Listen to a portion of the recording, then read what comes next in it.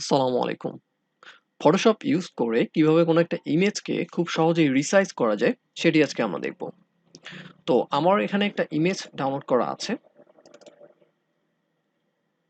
26% আমরা এখন দেখতেছি সেই ইমেজটাকে। যদি আমরা 100% এ দেখি, এটা হচ্ছে অ্যাকচুয়াল সাইজ। এখানে 100% দেখা যাচ্ছে। এটা হচ্ছে আমাদের ইমেজের অ্যাকচুয়াল সাইজ। তো এই ইমেজটাকে আমরা ছোট করব ফটোশপ দিয়ে। তো সেটা কিভাবে করব? চলুন দেখি। তো শুরুতেই আমরা ফটোশপ ওপেন করে নিচ্ছি। সো ফটোশপ থেকে আমরা নতুন একটা ডকুমেন্ট তৈরি করি। নিউ এ যাই। সো আমরা যে ইমেজের যে সাইজটা চাচ্ছি সেই অ্যাকচুয়াল সাইজটা আমরা এখানে দিব। ফর এক্সাম্পল আমরা চাচ্ছি 1000 বাই 600। সো এখানে 1000 দিই আমরা, আর এখানে আমরা হচ্ছে হাইট দিই 600 পিক্সেল। সো এটা অবশ্যই পিক্সেলে থাকতে হবে তাহলে।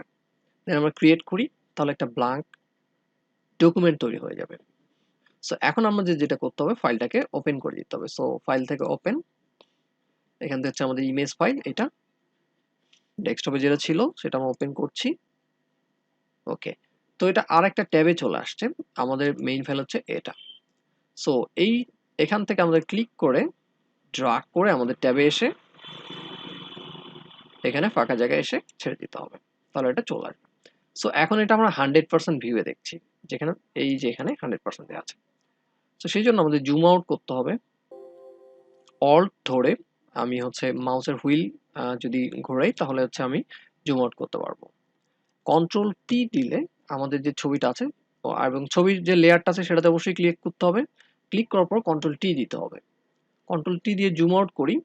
জুম আউট করলে দেখতে আমাদের ছবির অ্যাকচুয়াল সাইজটা চলে আসছে। সো এটাকে আমরা জাস্ট ক্লিক করে ড্রাগ করব যে কোনো কর্নার থেকে, জুম আউট করে নিয়ে ক্লিক করে ড্রাগ করে দিব। ড্রাগ করে আমরা এখানে অ্যাডজাস্ট করে দিব। সো আমাদের কাঙ্ক্ষিত অ্যাডজাস্ট হয়ে গেলে আমরা রাইটে ক্লিক করব। এখানে রাইট সাইন আছে, এখানে ক্লিক করব।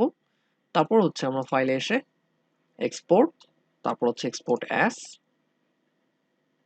দেন আমরা এখান থেকে ফাইনালি আরেকবার এক্সপোর্ট করে দিব।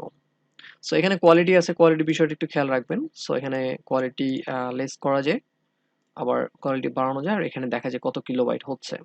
সো এখান থেকে আপনি কিলোবাইটটাও দেখতে পারবেন। 100 এর নিচে চাইলে আপনাকে কোয়ালিটি কমায় দিতে হবে।